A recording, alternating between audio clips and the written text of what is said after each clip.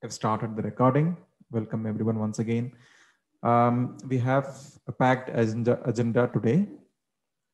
Before I get started, would anyone like to introduce themselves? We have a few new folks who've joined our call today.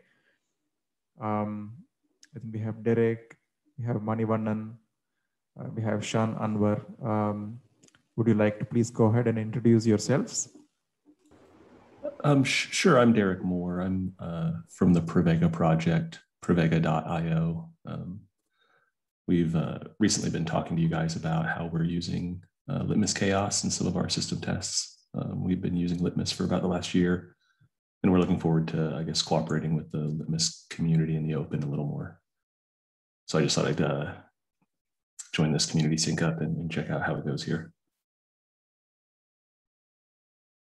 Awesome. Welcome, Derek. Great to have you here.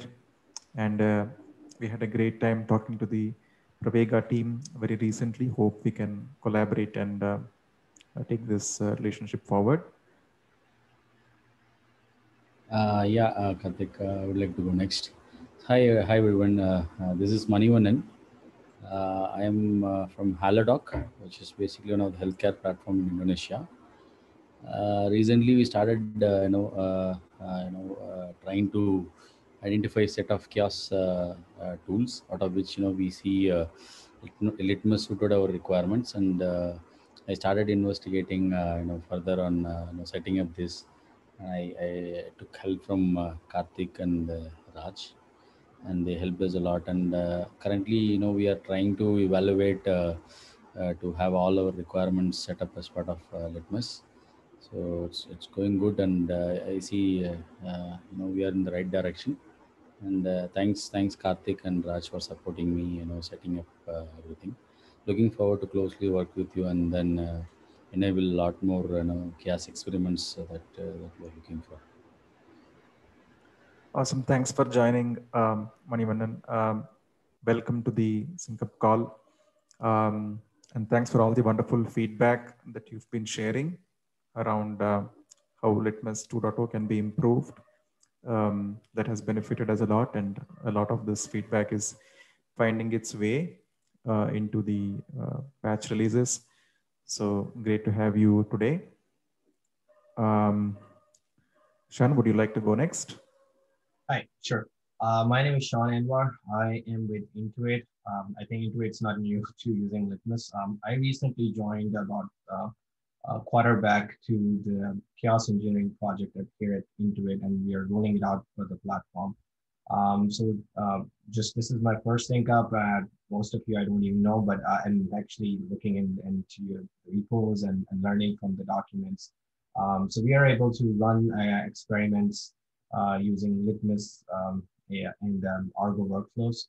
Wanted to learn more about it, and fairly new to Litmus portal. I tried to play with it, so perhaps have a sync up with you guys to see how we can leverage the newer APIs and newer tools. Looking forward to the community sync up. Thanks. Great. Thanks, Anwar. I think it's great to have you here. The chaos workflows along with Litmus is something that is really a well accepted pattern that we are seeing. So thank you for sort of validating that and taking interest. Welcome today, and hope we can help you. I also see Etienne here in the call. Would you like to introduce yourself?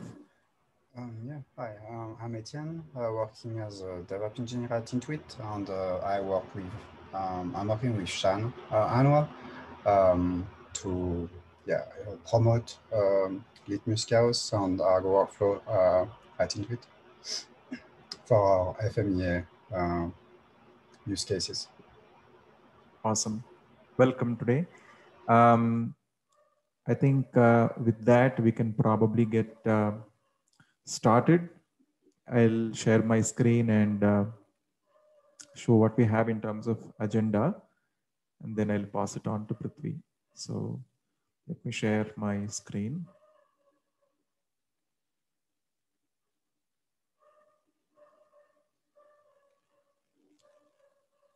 Okay, so I hope my screen is visible.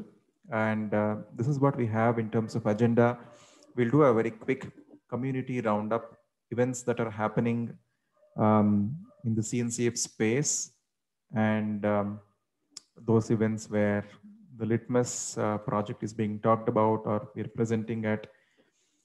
And then we'll talk a little bit about this new initiative around creation of a chaos engineering white paper. This is something that we are collaborating with other chaos engineering projects in the CNCF landscape. There's also the formation of a chaos engineering work group. And we have got an initial charter for this work group. So we'll just take a look at how that is shaping up. And we'll then go to the demos. We have a couple of interesting demonstrations of new features that were added in the release that just went by yesterday, 1.13.6 in 1.x and 2.0 beta 8.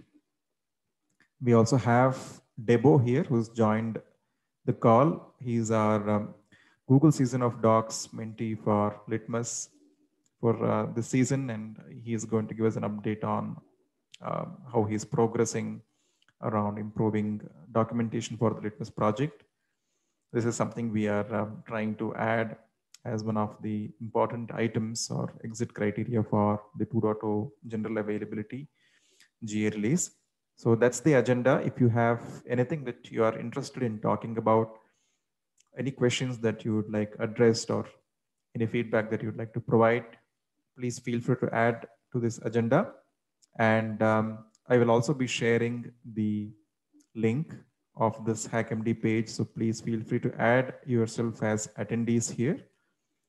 And with that, I'll stop sharing and hand it over to Prithvi for the community roundup. Sure, Karthik. I think there's a question on Slack. Shan is asking. So Shan, Etienne, I just sent out how you can join our Slack channel. So feel free to join in. And I'll be sharing my screen. So is my screen visible? Yes. Yeah. So I haven't compiled a lot of things, but a few things that have happened since the last community sync up that we had. So CubeSphere, it's a platform developed by a few folks from China. Feynman is a CNCF ambassador and a friend, where you can actually deploy various cloud native applications to build your applications eventually. So CubeSphere and is coming up with a lot of features as well, and they were able to deploy Litmus to actually enable chaos experiments on their platform. And now as of now we don't have a story yet. They have published a blog in Chinese, so in case you are able to translate and get through it, I'll post the link to the blog. But once we have a story and we are supposed to have a video out there, this will be out in the community, so you'll be able to see how Litmus is being deployed on CubeSphere. Next up, we started off with a Litmus survey. We put out a survey in the community and wanted to get some reviews from the community on how they see chaos engineering developing and what exactly are their use cases or how they want Litmus 2.0 or the subsequent releases to come up. Hence, we got some good amount of inputs, and I think that will be reflecting in the upcoming releases as well. And we'll try to put out a story through that survey in the community. And for beginners, I'm not sure if there are any beginners out here, but I would like to inform that for beginners, we have started a GitHub resources section, which features a lot of resources on Kubernetes, CNCF, cloud native technologies, and chaos engineering, of course, which will help beginners get started with their chaos engineering journey.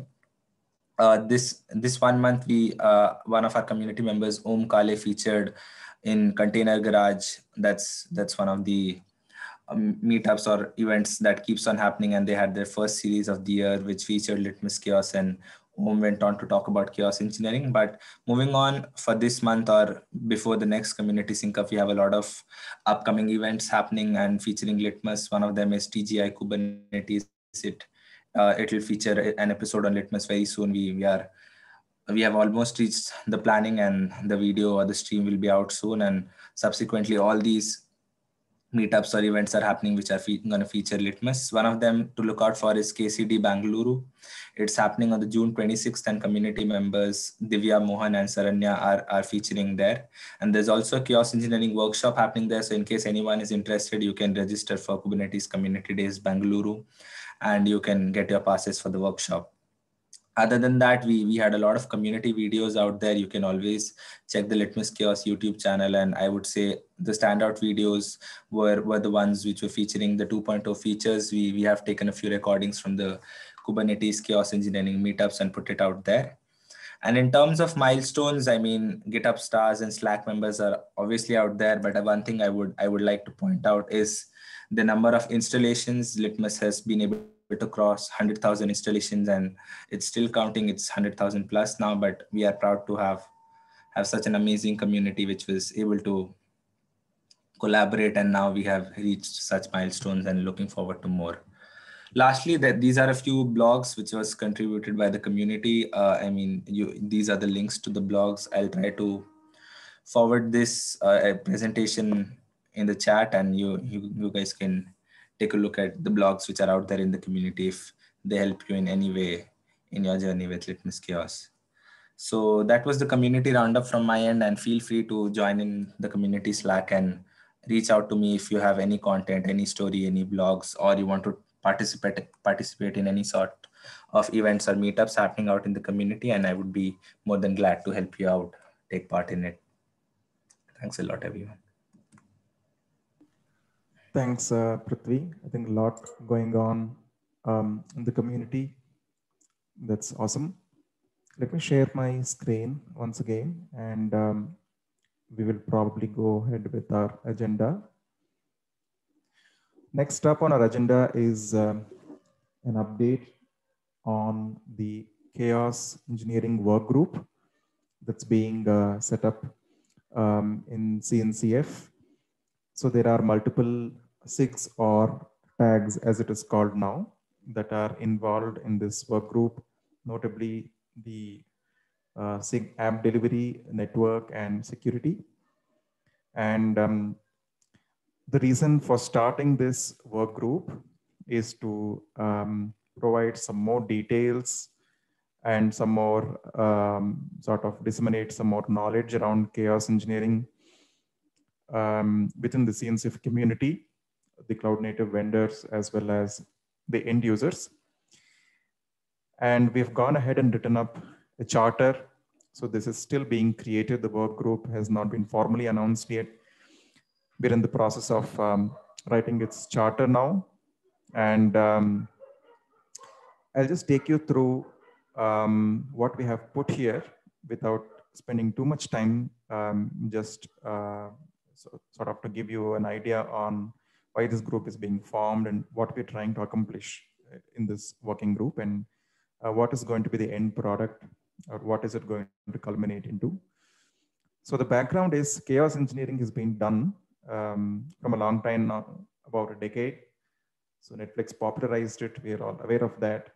And there have been some practices associated with chaos engineering all this while.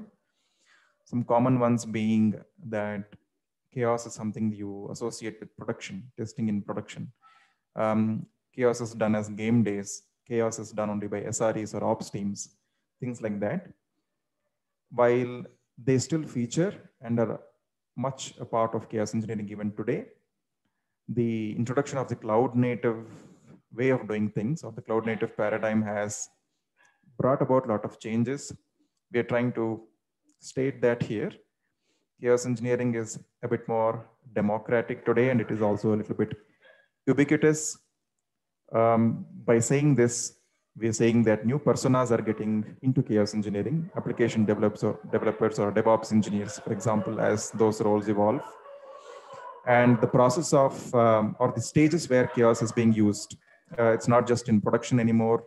There are folks running it before production, part of CI/CD, etc. So there's a lot of new patterns that are emerging, necessitated or triggered mainly by the advent of the cloud native paradigm. So we are trying to sort of state that and relook at where chaos engineering is today within this community and what are the new challenges it has thrown up. And some of this is being captured as different questions. Most of these questions are going to be elaborated upon, and there's going to be a lot of discussion carried out by the work group around these areas. And this is a fact-finding exercise. We're not trying to enforce or recommend that this is how you have to do things. We're not going to be involved in a king-making process where we're going to say this is the tool that you need to be using over another. That's not the intent. But we'll generally take a look at how chaos engineering has evolved. We'll try to put the original principles of chaos that the Netflix folks put out about a decade back in perspective based on the current context, and try and seek patterns and reference implementations around some of the challenges that we are listing here. The outcome of the work group is going to be a white paper, which also has seen some beginnings. So we have some goals and some topics that we want to elaborate in this white paper. So all the thoughts and information that is discussed as part of the charter is going to be crystallized into a white paper. There are some sections that we have here, and a lot of information for this is being sourced from surveys that Prithvi talked about earlier. We're doing project level surveys, and then we are doing CNCF level joint surveys amongst different projects to find out how people are doing chaos engineering, what are the problems they're facing, what is the barrier to entry, what kind of faults, what kind of environments, what is the hypothesis or steady state validation techniques people are using, what are the different kinds of errors that force people to get into chaos engineering, a lot of that kind of stuff. So this is something that's going on, and the participants of the work group and of the white paper in consequence are not just the members of the chaos engineering projects. They can also be end users. They can also be people from other disciplines which have some kind of relationship with chaos, or maybe are looking to consume chaos as a discipline, as a practice within their discipline.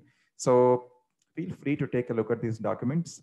We will be sharing the links of these in the HackMD meeting notes page. So feel free to take a look at that and add your thoughts as comments. And once we do freeze upon a cadence for meeting regularly, we'll be happy to invite you all into that. So you can add yourself as an interested party here for this particular work group, and we'll be happy to bring you on to those calls, and you can share your thoughts and improve what we're trying to do.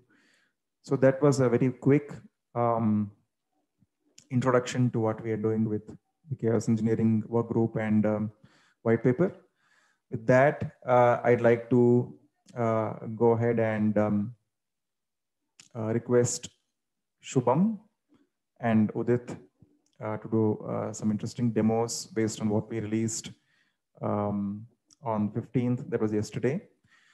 So I think first up, we'll go with a feature that we're calling as automated abort or stop on failure.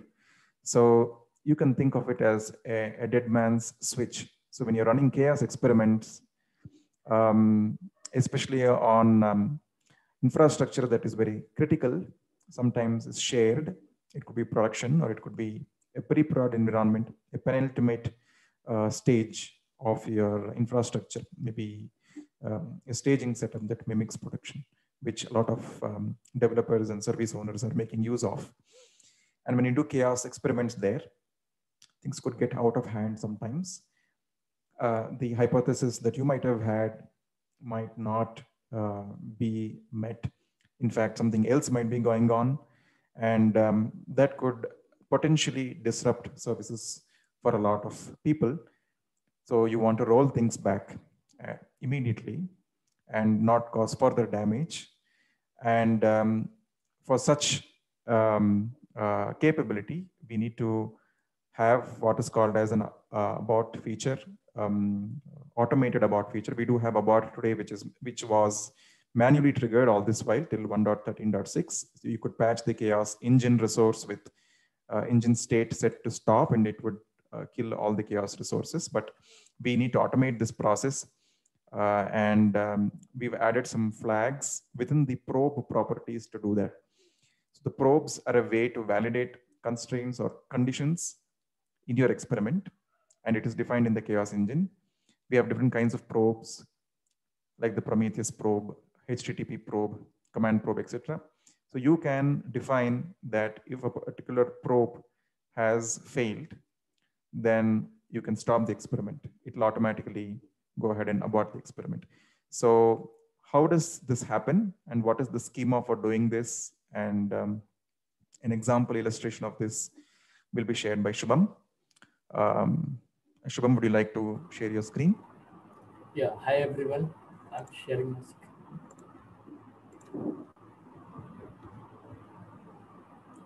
I hope my screen is visible.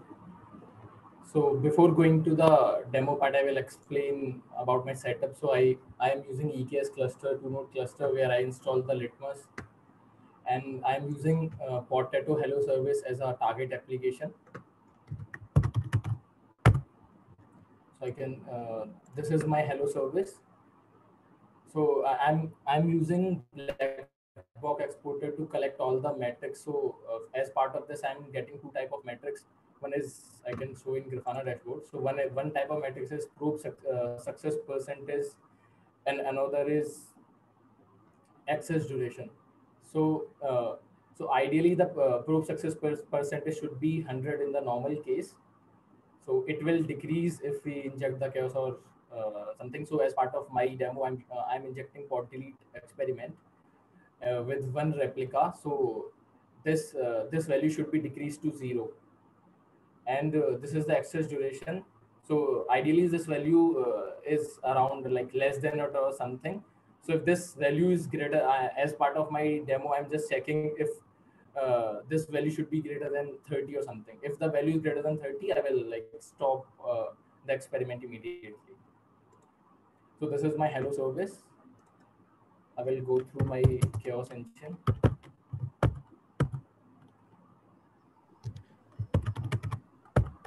Shubham, would you like to increase the font size you're using? Thank you. Okay. So this is my application information. My application is running is monitoring namespace. I'm using like Hello Service, and the kind of application is deployment. And I'm using pod delete experiment. These are the probe details. So I'm using a Prometheus probe, which is getting the Prometheus metrics from this URL, and the query is this one. So I'm collecting the probe duration second from the Prometheus, and I'm just taking its average, and just because it is in millisecond, it is in seconds, so I'm just multiply it with 1,000. So I am just converting into the milliseconds, and I'm verifying that the value should be less than equal to 30. So ideally it is less than equal to 10. We can show here, check here. So this value is around 10 or something. It is 6.94. So this value is, so I'm just validating that if the value is greater than 30, then the experiment will fail immediately. And I'm using some run properties. My probe timeout is 10 seconds, and I'm using 5 seconds as my interval. I'm doing one-time retry. So it will be timeout is 10 seconds, and I'm doing one-time retry. So it will wait 20 seconds. So if in 20 seconds, if like probe is still failing, it will stop the experiment immediately. So this is the attribute where we can tune it, stop on failure or continue on failure. So if we pass this as true, then it will immediately stop the experiment if the probe failed after all the retries. And if we will mark it as false, then it will like continue on failure. So even if the probe is failed, it will continue the experiment at that time, but in the end of experiment, it will fail the experiment. So this can be used in case of a critical thing. If some like attribute is critical and some Prometheus metric is critical, then we can watch those metrics, and if the criteria is not matching, then we can fail the experiment and revert the experiment immediately.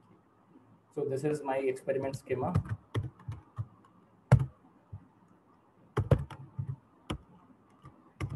So I already have like operator is running there. So I can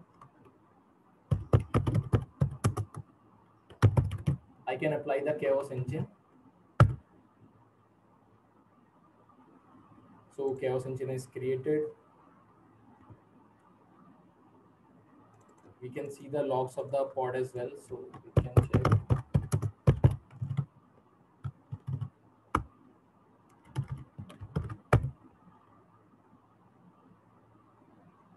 So we see the pod is deleted. So we can also come here. We can see the drop in the this probe success percentage. So before, earlier it was 100, but now it decreased to 100, 0. And here also we can see this was earlier 6.8, 4.82, and now it is increased to 1000. So as we are watching these metrics, so the probe will fail here. So we can see the error message here that probe is failed, and we have a like 2 retry, so it will retry again.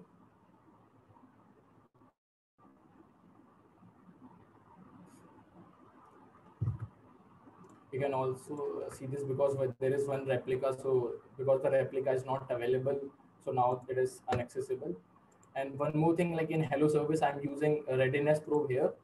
So the readiness, it will take 60 seconds. There is initial delay second of 60 seconds, so it will take 60 seconds to come live again.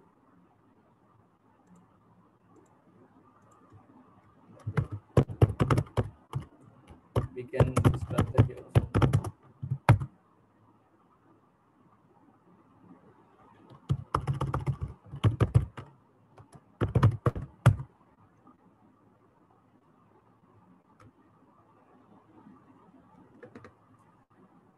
So we can see the chaos is injected already.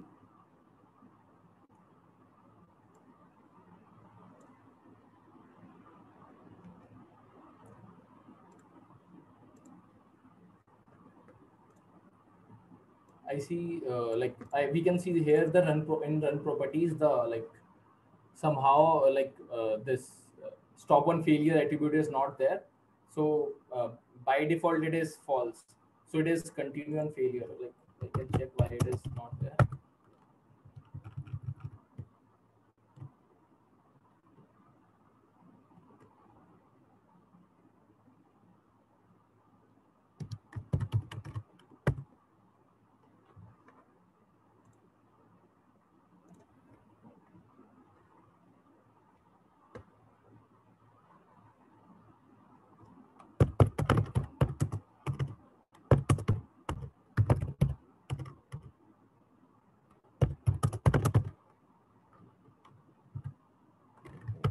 I think there is some validation. I think I am using some older CR. I can.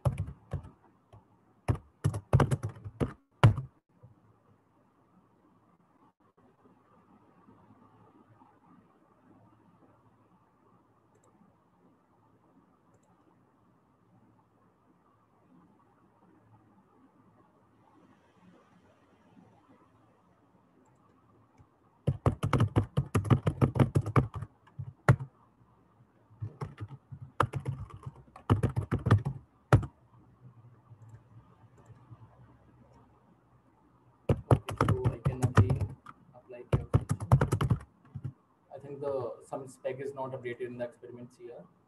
So I can again create the chaos engine.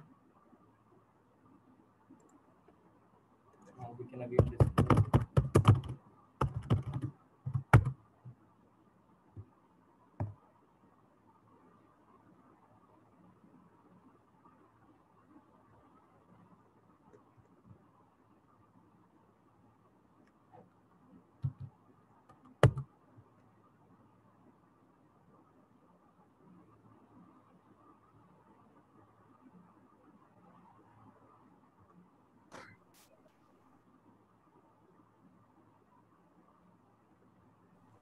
what we could do in the interest of time, Shubham, is as you figure out the version of the specs being used, we could probably go ahead and talk about the stress chaos. Udit can probably start that, and then we could come back to this. Yeah, sure. All right, thank you. But I guess the schema did convey the intent of this particular feature as Shubham goes back and audits his YAML specs. We can probably go to Udit and talk about the stress chaos experiments. So the stress chaos experiments have been in Litmus for quite some time now. I'm talking about the pod CPU, pod memory, and pod IO stress chaos experiments. But the mode of execution needed the experiment job to perform an exec operation into the target applications. So let's say you have a application pod that you'd like to target and cause resource stress for. That would involve doing an exec operation. The experiment would basically do an exec call and trigger a process inside the container. But that's going to be working only if you have base images that offer a shell. And we slowly see the trend of applications that use Scratch and other kind of images that don't really have much surface for doing this kind of operations. They don't give you a shell, or it's also hard to predict what utilities are available in those base images for us to carry out the processes to induce stress. So we've moved on to an image agnostic approach with the new stress experiment, where we will be launching a helper pod that is going to inject a stress process into the process namespace of the target container under test. And that probably is a better model of doing chaos. I think, Udit, would you like to share details on how you could do that? Sure, Karthik. Thanks. Thanks. Hello, everyone. I am Udit, one of the core contributors of Litmus, and I welcome you all in this demo session. So in this demo session, I will be showing the enhancement we made in stress chaos experiments. So hopefully my screen is visible to all. Yes. Yeah, thanks. Right now I'm using one. So before we start, let me brief my setup. And I'm using an EKS cluster on top of which an Hello Service application is deployed and in a namespace, and on other namespace Litmus, we have the portal installed, and we are using Node Exporter to get the metrics of this Hello Service application pod. So this is showing the CPU consumption of the pod at a certain time, and on the y-axis you will see the cores of CPU it is being used, and on the other graph we are showing the memory usage of the pod, and in megabytes we will get the information on y-axis and the time duration on x. And so yeah, we can start injecting the stress chaos. So for this demo, I will inject a CPU hog experiment. This is for that I will just use my Litmus portal. I will go to schedule a workflow. I will use the self agent, as this application is in this cluster only. I'll be using a way to upload the YAML. I have the workflow in my local device. I will just use it and proceed with that. So I will go with defaults here and show. So in this section, I can see that my experiment is added. I can edit the YAML, and I can in the edit YAML, I can show the spec and confirm once. So this workflow actually contains the chaos experiment CR embedded in it, and you can see the experiment CR here. We are using Litmus chaos CI tag, as this experiment is currently in preview and not yet released out. So we will be using in CI tag here. Once it is out, we will use the release tag subsequently. After that, we can you can see there is a change inside the envs in the older or the current version. Whatever versions, whatever Litmus version we will be using till now, we were using the envs called chaos inject and command and chaos revert command for inducing CPU and memory or IO stress experiments. So what those envs were made for, those envs were used to launch a process inside the target container which consumed the CPU or memory resources of the container, and when the chaos duration is over, the chaos revert commands used to go and kill the process, and this way the whole chaos gets completed. But in the new approach, in the new enhancement, what we have done is we are not using those commands here. We will just take the cluster information, the runtime of the cluster and the socket path, and we will make use of C groups and target container process namespace to inject the chaos. And so similarly, this was about the spec description, and we can go for the chaos engine. In chaos engine, this app information I have provided, this hello service app application, and everything is default only. The admin mode I will be running it. So here we will provide the stressors, like here it will be CPU. So we can provide the course of CPU to consume the duration up to which we have to consume the resources. That yeah.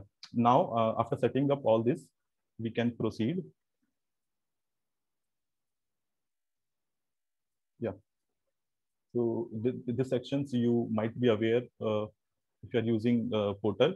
So this is like adjusting weightage for the experiment. I will give full weightage right now and go ahead. So I will schedule it now. So this is the final step. Here we can view and confirm the YAML. We have actually already taken the look. We can finish it. Now our workflow is successfully created. You can go inside the workflow screen and can see the workflow is in running state. If you click on this, you get the details of the run. So right now the experiment, the chaos experiment is being installed. Here it is called CPU hog. So we have given some CPU resources to consume for this potato head, and we will see the change in the graph here in the metric servers. It will give some CPU spike on the application pod. Yeah, so the experiment is now installed, and this indicates that our now experiment has started executing. And here the red area will come, which is the area under chaos. So this indicates that sorry, this indicates that the chaos has been started. Just wait for a few seconds and we will see how it is impacting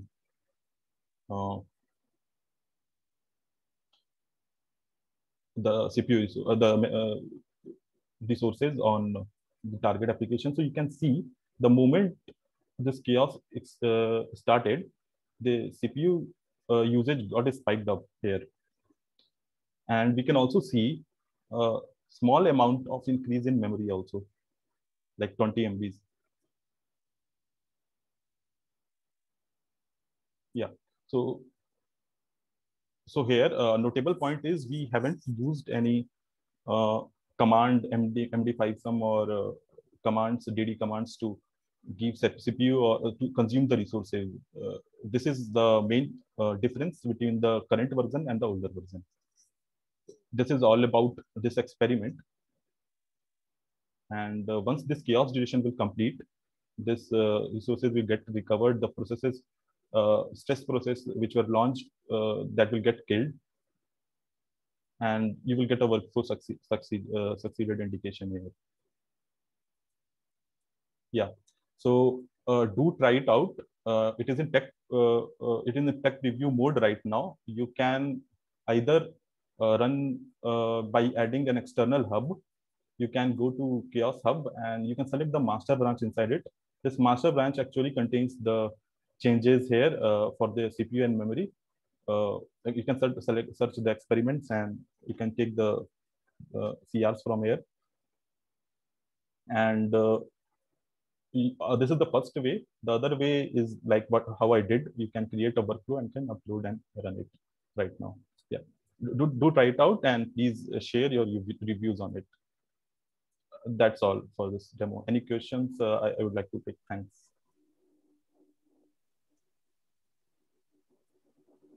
Awesome. Thanks, Udit. That was very helpful. Yeah, we see the workflow has completed. So I think this model of stress chaos is probably easier and I think simpler than the earlier model of running it. I think Shubham is back with the operator and versions and CRT versions sorted out. Shubham, would you like to go again? Yeah, yes, I'm sharing my screen. Yeah, sorry for the confusion. I have a operator running, another operator which is running with the older version. So that operator picked the chaos engine. That's why it is have the older API. So that's why it is not stop on failure was not there. So I will again apply the chaos engine. We can check the logs.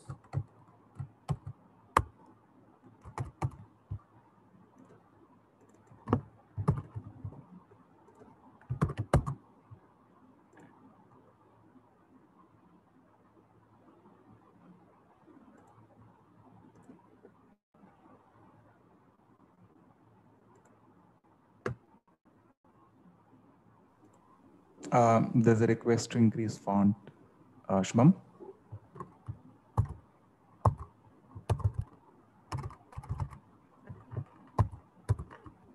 Yeah, that's better. Thank you.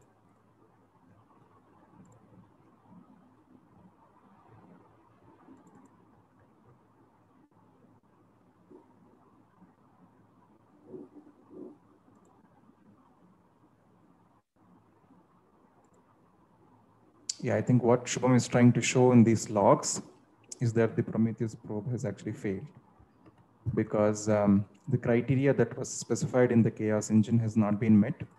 We have the probe duration seconds increase far beyond the 30 milliseconds that was originally provided.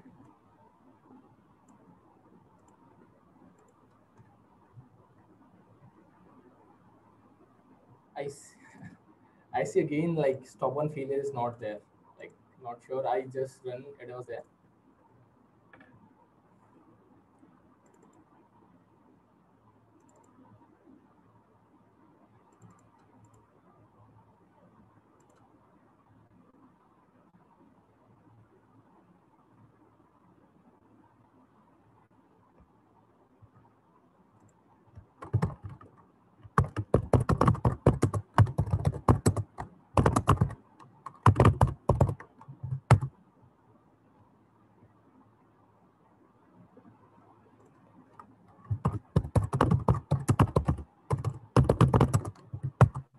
Also, as a small note, as Shubham is doing this, you saw Udit's demo, which made use of the portal, and that's the 2.0 way of doing chaos. You can use the portal.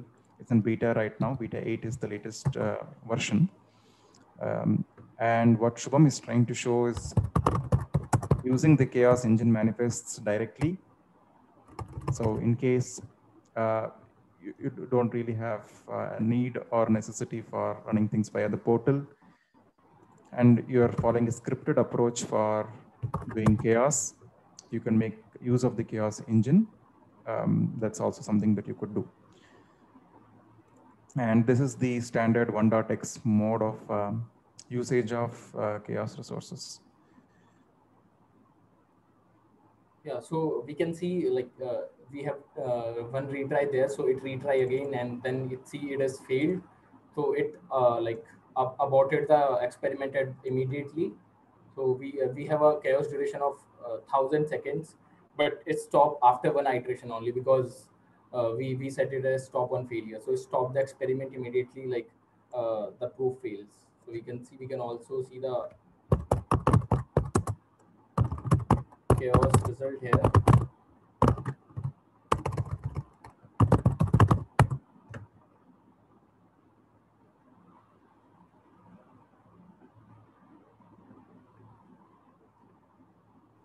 So you have the verdict set to stopped, which is what you will see when you're aborting experiments. All right. That is helpful. Thanks, Shubham. Just to reinforce what we've been saying, would you like to show the chaos engine manifest once again?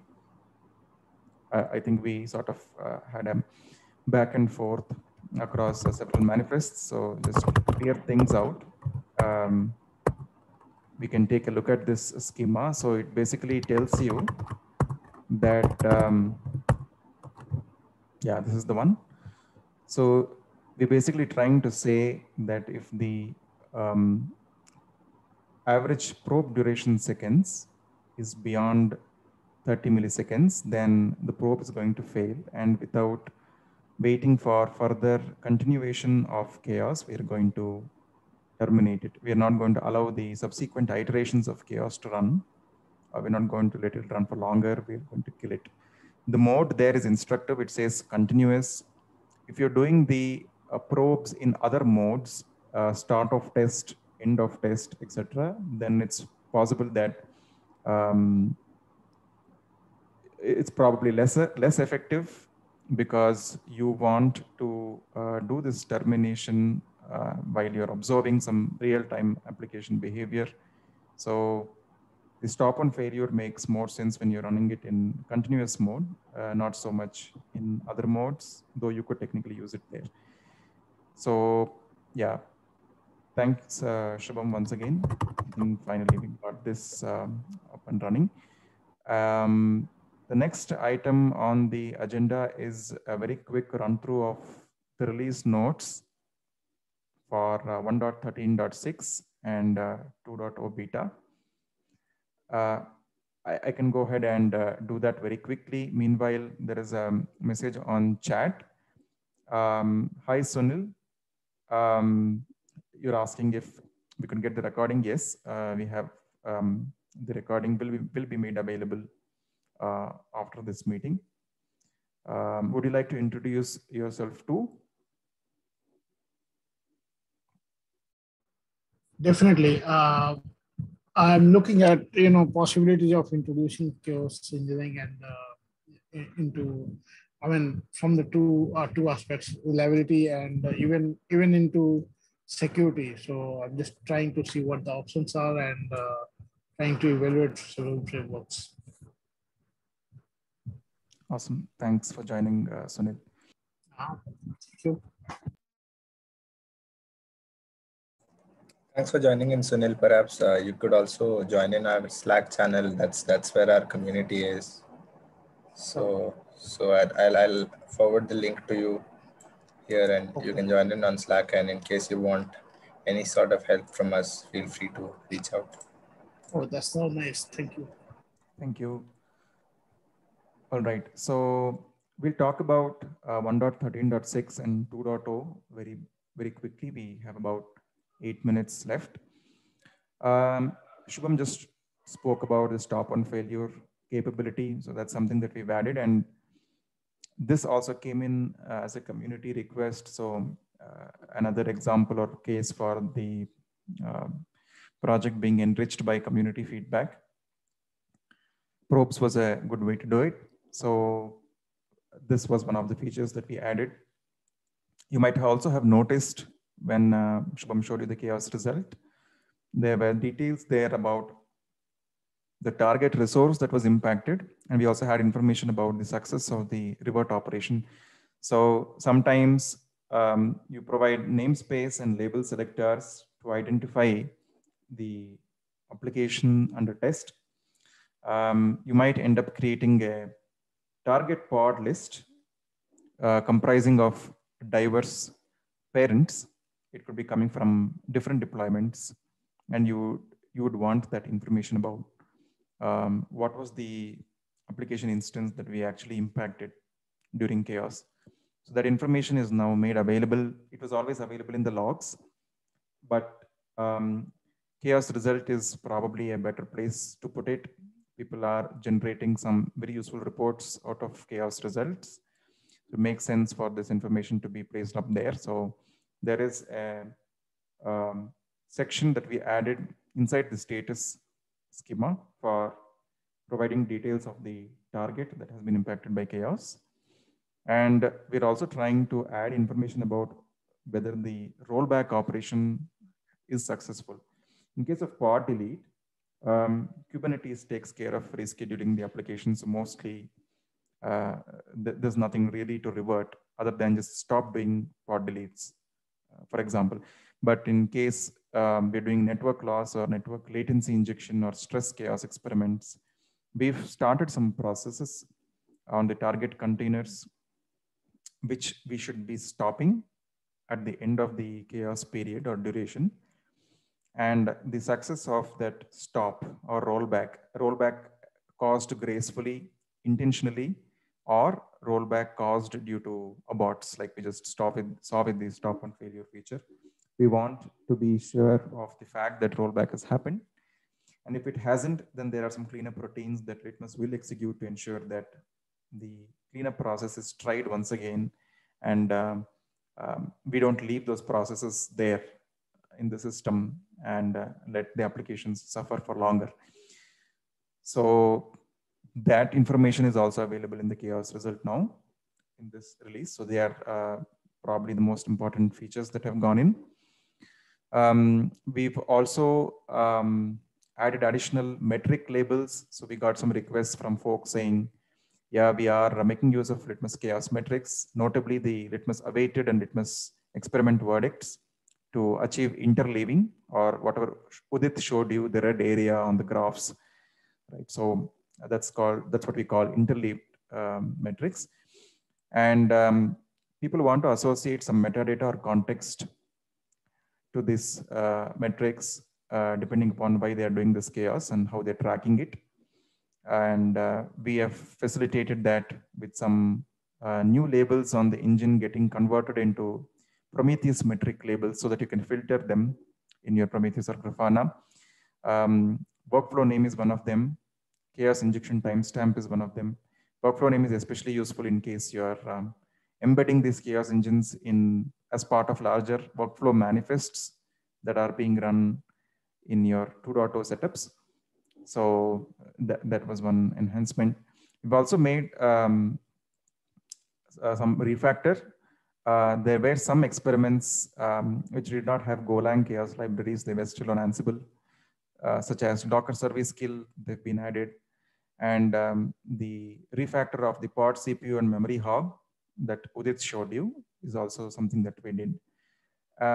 While doing this, we've also retained the older model of running chaos with a different experiment name. Now they're called as pod CPU hog exec and pod memory hog exec, just to differentiate between the non-exec and exec mode of operations.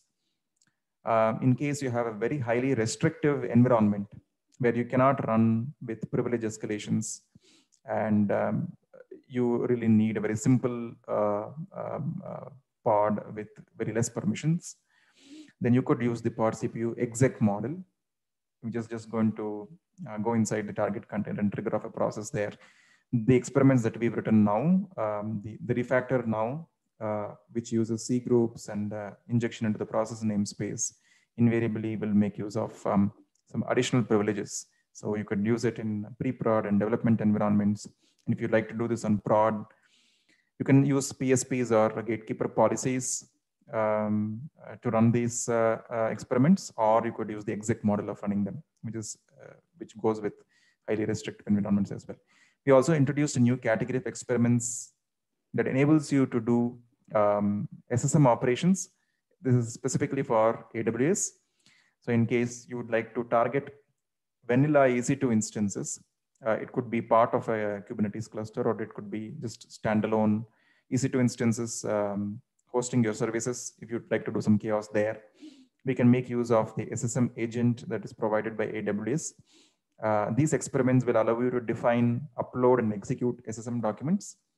Thereby, you can get stress chaos, latency chaos, network latency, and other kind of capabilities on your EC2 instances.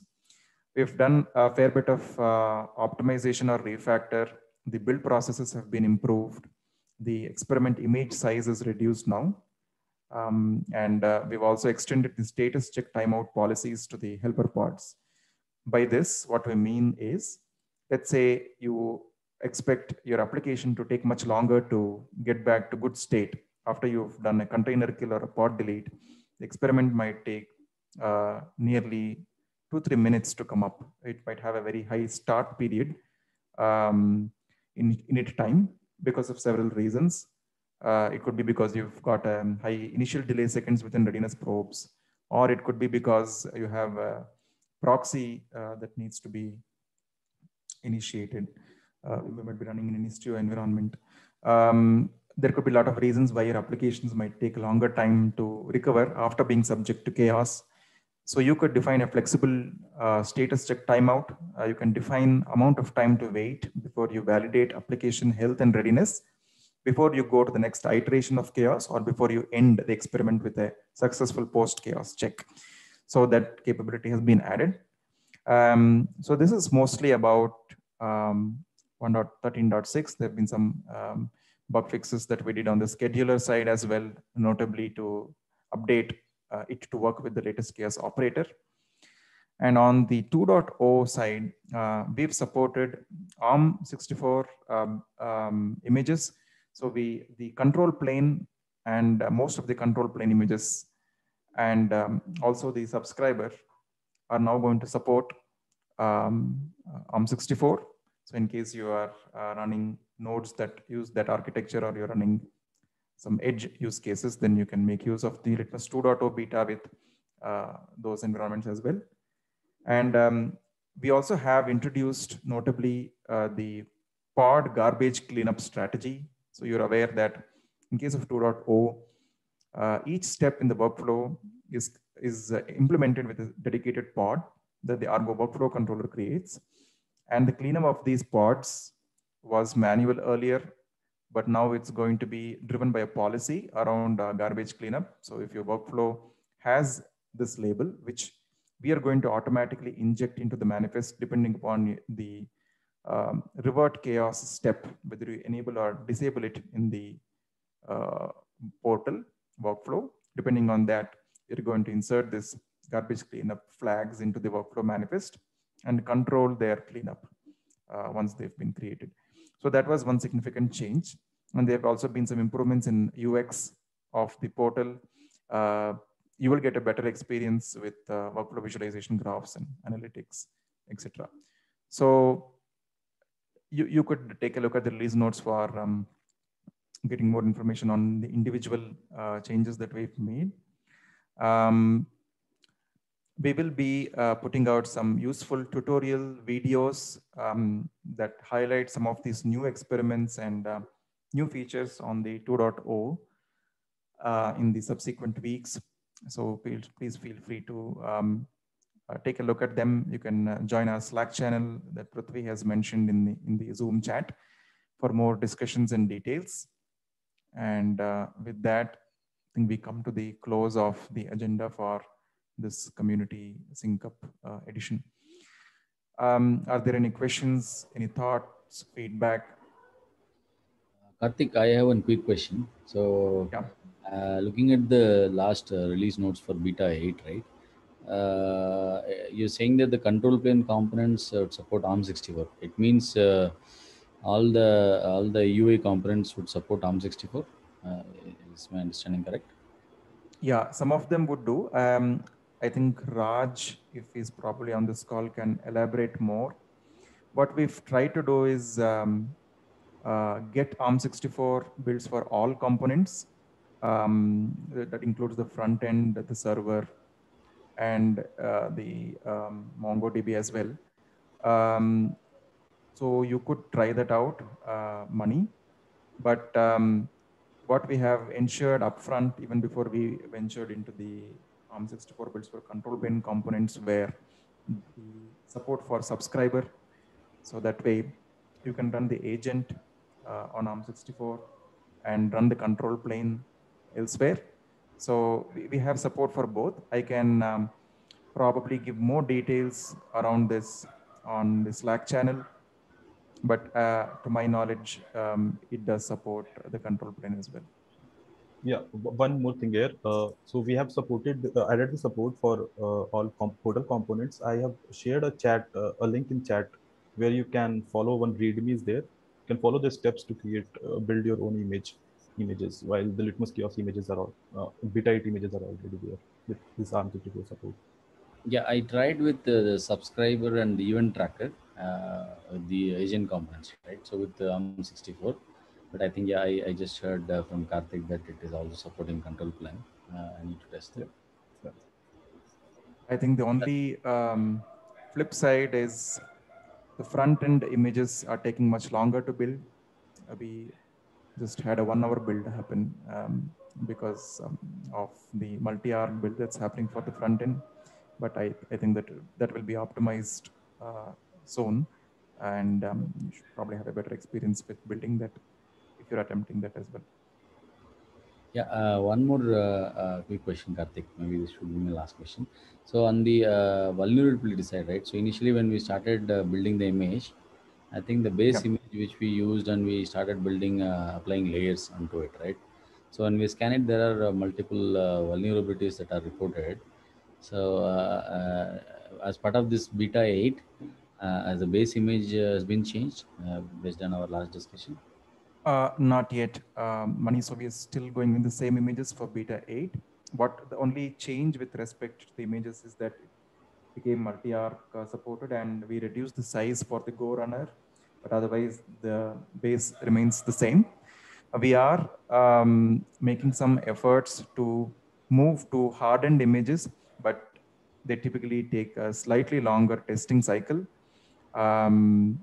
So probably that would come as part of beta 9, I would presume.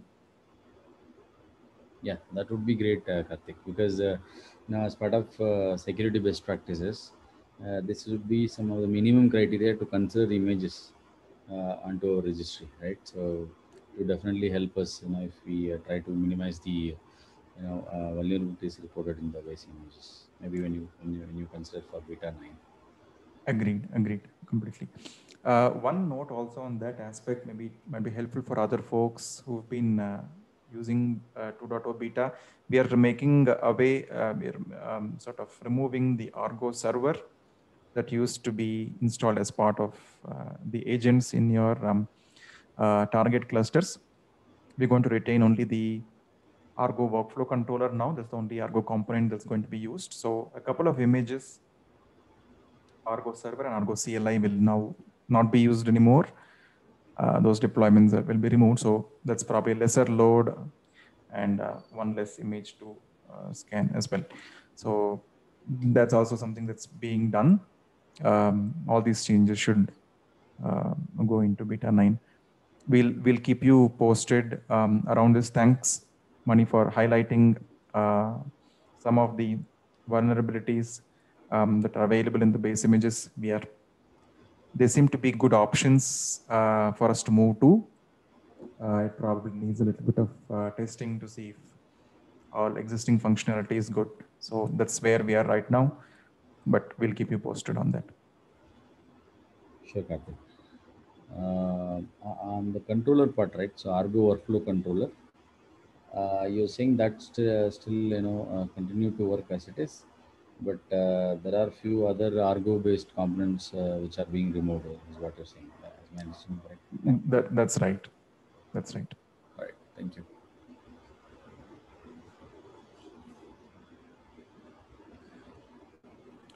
Cool. I think if there are no more questions, then we can break. Thanks for being patient and staying all this while. Meet you all in the next community sync up call. Thanks again. Have a great rest of the week. Bye. Thank you. Thank you. Thanks, everyone. Okay.